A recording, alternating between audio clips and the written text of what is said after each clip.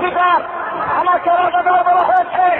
বাংলাদেশে এমন কোন সন্তান নাই আমাকে রাজাকার বলতে পারে।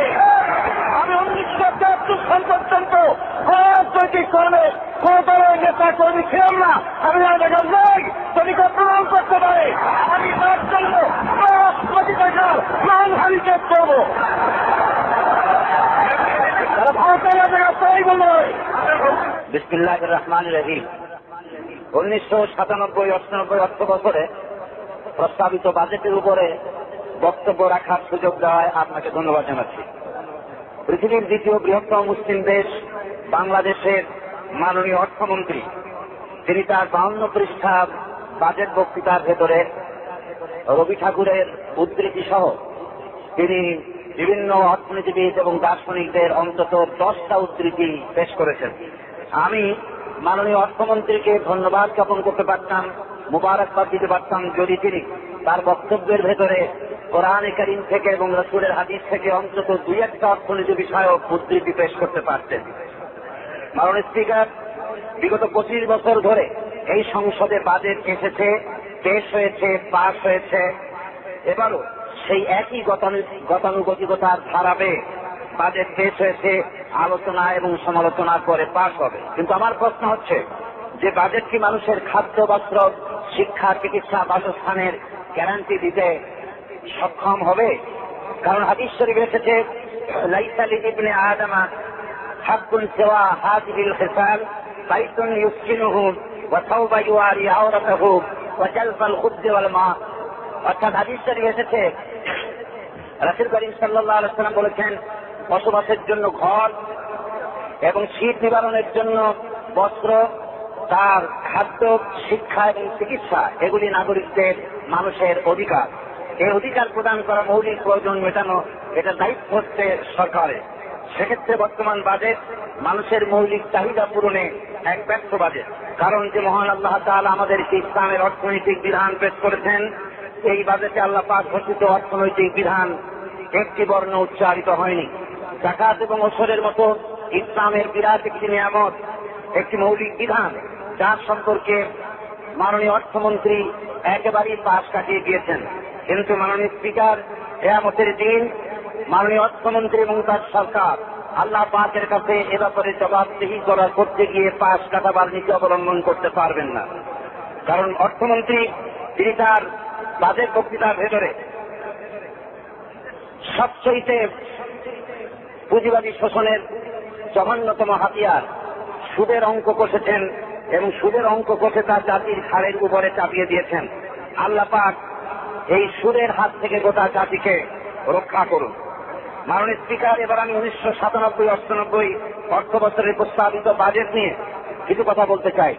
বিপুল করের বোঝায় ভারাক্রান্ত আওয়ামী লীগ সরকার তাদের রাজনৈতিক অঙ্গীকারের বাজেট জাতির ঘাড়ে চাপিয়ে দিয়েছেন। সরকার এখনো নয়া করের পরিমাণ সম্পর্কে সুস্পষ্ট কিছু বলেননি, কিন্তু কর যেভাবে সম্প্রসারিত করা হয়েছে তাতে সংশ্লিষ্ট বিশ্লেষকরা মনে করছেন বাজেটের নয়া করের পরিমাণ 1,500 কোটি টাকা ছাড়িয়ে যাবে। মাননীয় স্পিকার, বাজেট একটি বস্তুত এটি হচ্ছে একটি জটিল সাবজেক্ট, কিন্তু তা বোঝা আরো কষ্টকর হয়ে ওঠে যদি বাজেটের পরিসংখ্যানগুলি উল্লেখ করার ক্ষেত্রে চাতুরি ও লুকোচুরির আশ্রয় নেওয়া হয়ে থাকে। বর্তমান বাজেটে আসলে সেটাই করা হয়েছে। যেমন চলতি অর্থ বছরে জাতীয় প্রবৃদ্ধির হার বলা হয়েছে 5.7%। এটা বস্তুত অন্যান্য সব সেক্টরের প্রবৃদ্ধির গড় হিসেব, কিন্তু অর্থমন্ত্রীর বাজেট বক্তৃতায় অন্যান্য খাতের প্রবৃদ্ধির হিসাব তিনি দেননি।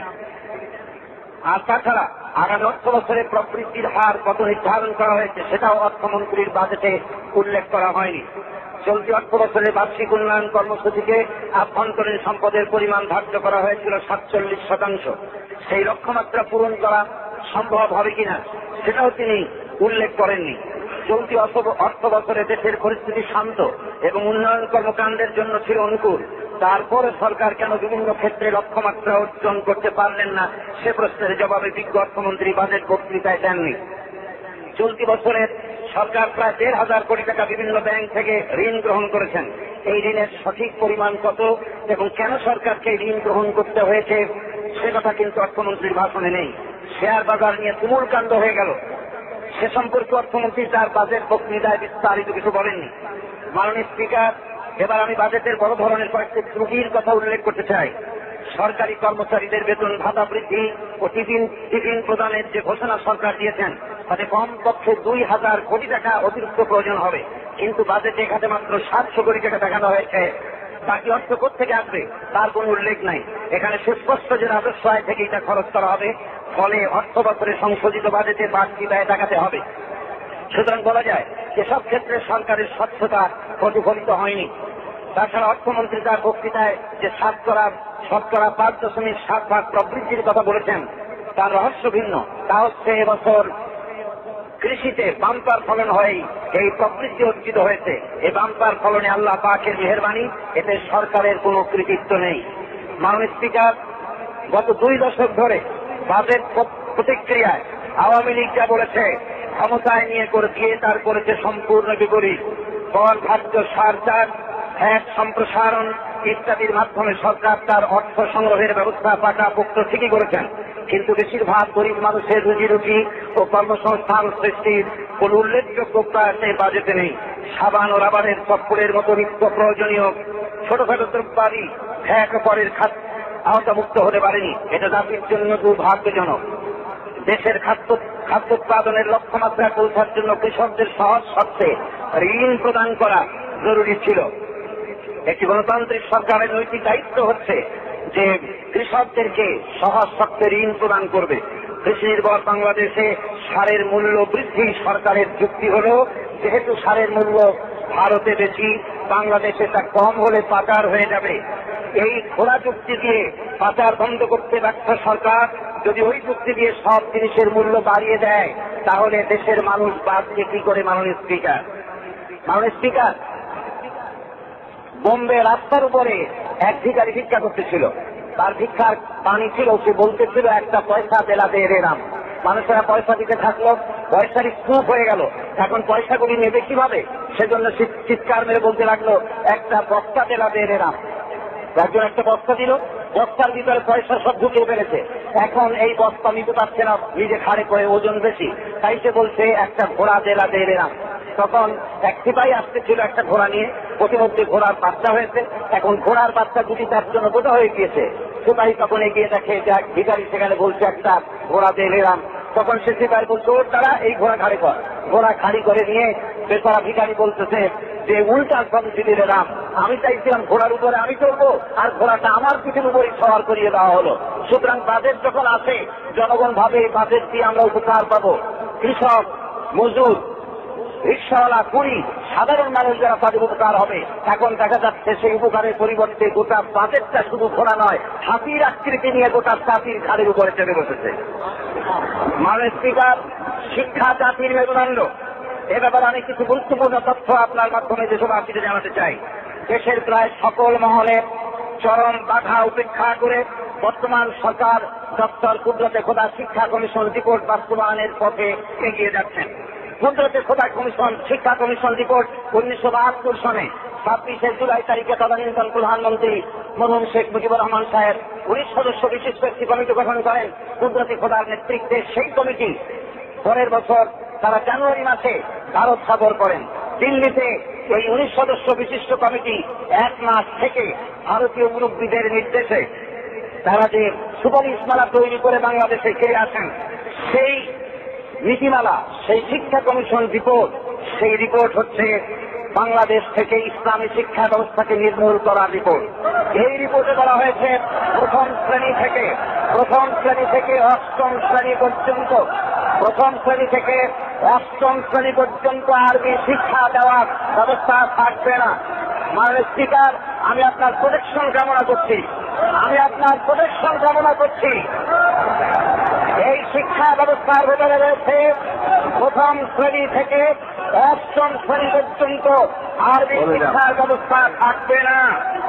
এর ভেতরে বলা হয়েছে যে ধর্মীয় শিক্ষা মাত্র 9ম এবং 10ম শ্রেণীতে 2 পিরিয়ড মাত্র থাকবে, তাও বলছি। বিগত 11ই জুন, আমি তথ্যভিত্তিক কথা বলছি, একটা অসত্য কথা আমি এখানে বলবো না। গত 11ই জুন তারিখে জাতীয় শিক্ষা নীতি প্রণয়ন কমিটি তারা সাংবাদিক সাক্ষাৎ করেছিলেন। সাংবাদিকদের সামনে মত বিনিময় করতে গিয়ে শিক্ষামন্ত্রীর সামনে বুয়েটের শিক্ষক আফজাল আলী সাহেব তিনি সেখানে বলেছেন ধর্ম শিক্ষার প্রয়োজন নেই। তিনি বলেছেন ধর্ম ব্যক্তিগত ব্যাপার, ধর্ম শিক্ষা যারা করে তারা মানুষ হত্যা করে। মাননীয় স্পিকার, আপনি জানেন বর্তমান পৃথিবীতে আজ পর্যন্ত অসত্য, অনৈতিকতা, সমকামিতা, ধর্ষণ, চুরি, ডাকাতি, চাঁদাবাজি সহ সকল কিছুর মোকাবেলায় ন্যায়, সততার এবং চরিত্র পরোপকার, মানুষের ইজ্জত আবরুর জন্য যতটুকু শিক্ষা বাকি আছে তো অবশ্যই ধর্ম শিক্ষার কারণেই অবশিষ্ট আছে। অথচ এই ধর্ম সার্বজনীন এই শিক্ষা ব্যবস্থাকে বন্ধ করার জন্য আফজাল আলী সাহেব এর থেকেও মারাত্মক কথা বলেছেন। তিনি বলেছেন আরব দেশে মোহাম্মদ নাম রাখতে বলে গোটা বিশ্ববাসী তাকে সন্ত্রাসী বলে। মাননীয় স্পিকার, এই বিশাল আকাশ, এই জমিন, এই পৃথিবীর মানব গোষ্ঠী, আকাশ, সমুদ্র, পৃথিবী যে আল্লাহ রাব্বুল আলামিন তার প্রিয় নবী মুহাম্মদ সাল্লাল্লাহু আলাইহি ওয়াসাল্লামের নামে উৎসর্গ করেছেন, সেই নবীর নামে এত বড় কথা বলা হলো, প্রতিবাদের ছায়া উঠল, অথচ সরকার প্রতিবাদ করেনি। সরকার এটাকে সমর্থন করেছে। মাননীয় স্পিকার, ব্লাসফেমি হলে আমি আপনার মাধ্যমে গোটা দেশবাসীকে জানতে চাই, ব্লাসফেমি ধরনের আইন পাস করে এই ধরনের নাস্তিক মুক্তাদের ফাঁসি কামনা করি। মাননীয় স্পিকার, শিক্ষামন্ত্রী তিনি কমিটি গঠন করেছেন, জাতীয় শিক্ষানীতি প্রণয়ন কমিটি গঠন করেছেন। সেই কমিটিতে তিনি অযোগ্য, অনভিজ্ঞ, বিস্তৃত চিন্তার অধিকারী নাস্তিক মুক্তার ধরনের কিছু লোককে কমিটিতে নিয়েছেন। বরেণ্য শিক্ষাবিদ, সত্তার অধিকারী আর কোটার সদস্য, মাননীয় সদস্য, মাননীয় সদস্য, আপনার কাছে অনুরোধ করবো মাননীয় সদস্য, এই ধরনের লোক মাননীয় সদস্য, আপনি এই সংসদের বাইরে কারো সম্বন্ধে কোনো সবিস্তিক কথা বলছি। একটা মিনিট, মাননীয় সদস্য, মাননীয় সদস্য, যদি তথ্য ছাড়া হয় তাহলে আমি তার জন্য যে কোনো পরিস্থিতির মোকাবিলা করতে মাননীয় সদস্য, মাননীয় স্পিকার, সংসদের বাইরে কারো সম্বন্ধে কোনো কটূক্তি না করার জন্য আপনাকে অনুরোধ করা হচ্ছে। কারণ তাদের এই সংসদে আত্মপক্ষ সমর্থন করার কোন সুযোগ নেই। শিক্ষা কমিশন রিপোর্টের ভেতরে, এই রিপোর্টের ভেতরে বাঙালি জাতীয়তাবাদ, সমাজতন্ত্র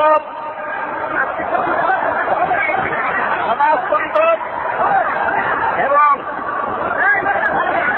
আমি নিষেধ করছি।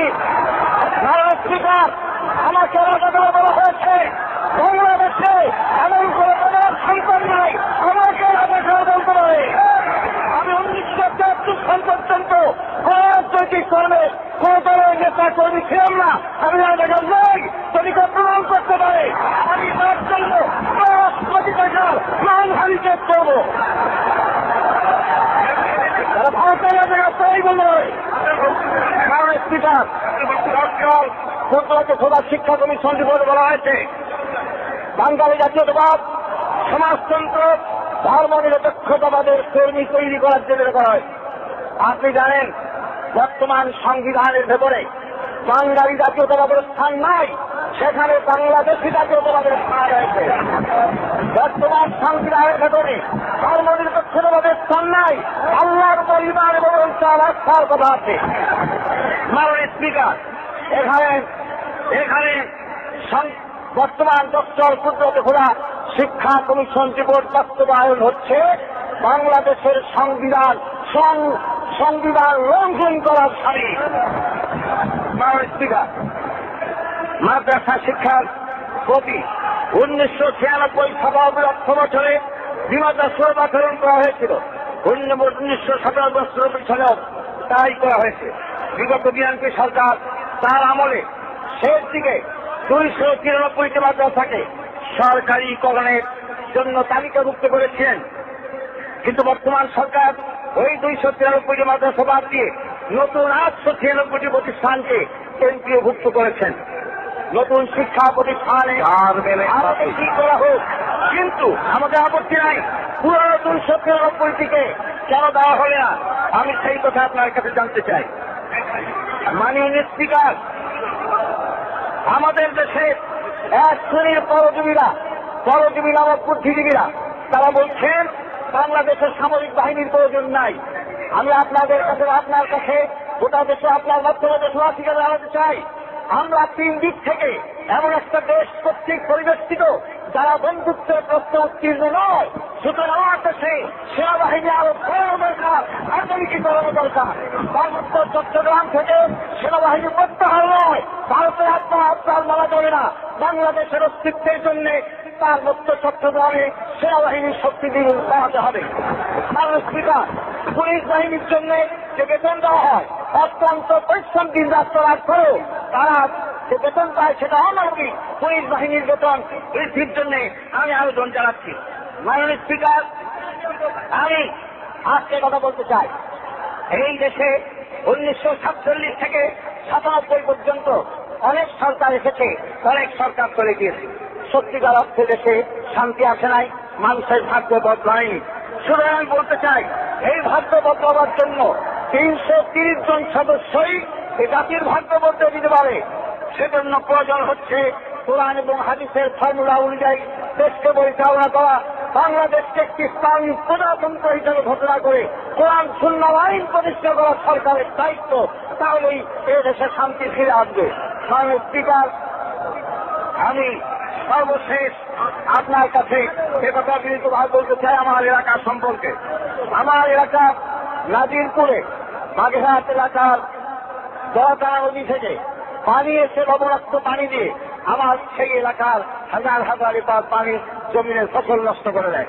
সুতরাং সেখানে একটি সুইচ গেটের প্রয়োজন।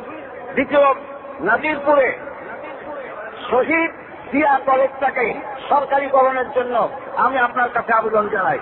গরম থেকে হুড়ারাত পর্যন্ত কথা নদীর গিয়ে সেখানে লক্ষ লক্ষ একর জমিনের ফসল নোনা পানি প্রবেশ করে নষ্ট হচ্ছে। সেই এলাকায় বাঁধ নির্মাণ করার জন্য আমি দাবি জানাই এবং এলাকার ভূমিহীন এবং নদী ভাঙনে ক্ষতিগ্রস্ত ব্যক্তিদের সাহায্যের জন্য দাবি জানাই। এরপরে পিরোজপুরের হাসপাতালটি আধুনিকায়ন করার জন্য আমি দাবি জানাচ্ছি। তারপরে পিরোজপুরবাসীদের থাকা আসার জন্য বিআরটিসি বাস দিয়ে বাস প্রচলন করে যাতে করে পিরোজপুর এলাকার লোকেরা ঢাকা শহরে যাতায়াত করতে পারে, সেজন্য আপনার কাছে আপনার মাধ্যমে সংশ্লিষ্ট কর্তৃপক্ষের কাছে আবেদন জানাই। সর্বশেষ, পিরোজপুর হসপিটাল একটি জলাতীর্ণ হসপিটাল, এই হসপিটালটিকে আধুনিকায়নের জন্য আপনার মাধ্যমে সকলের কাছে আমি প্রস্তাব জানাচ্ছি, দাবি জানাচ্ছি। এছাড়া আমার পিরোজপুর শহরে কোন অডিটোরিয়াম নাই, সামান্য 200-500 লোকও একত্রিত হয়ে কোন প্রোগ্রাম করবে এমন কোন ব্যবস্থা নাই। সুতরাং পিরোজপুরে একটি অডিটোরিয়াম নির্মাণের দাবি জানিয়ে আমি আমার বক্তব্য শেষ করছি। আপনাকে অনেক অনেক ধন্যবাদ। আসসালামু আলাইকুম ওয়া রাহমাতুল্লাহ।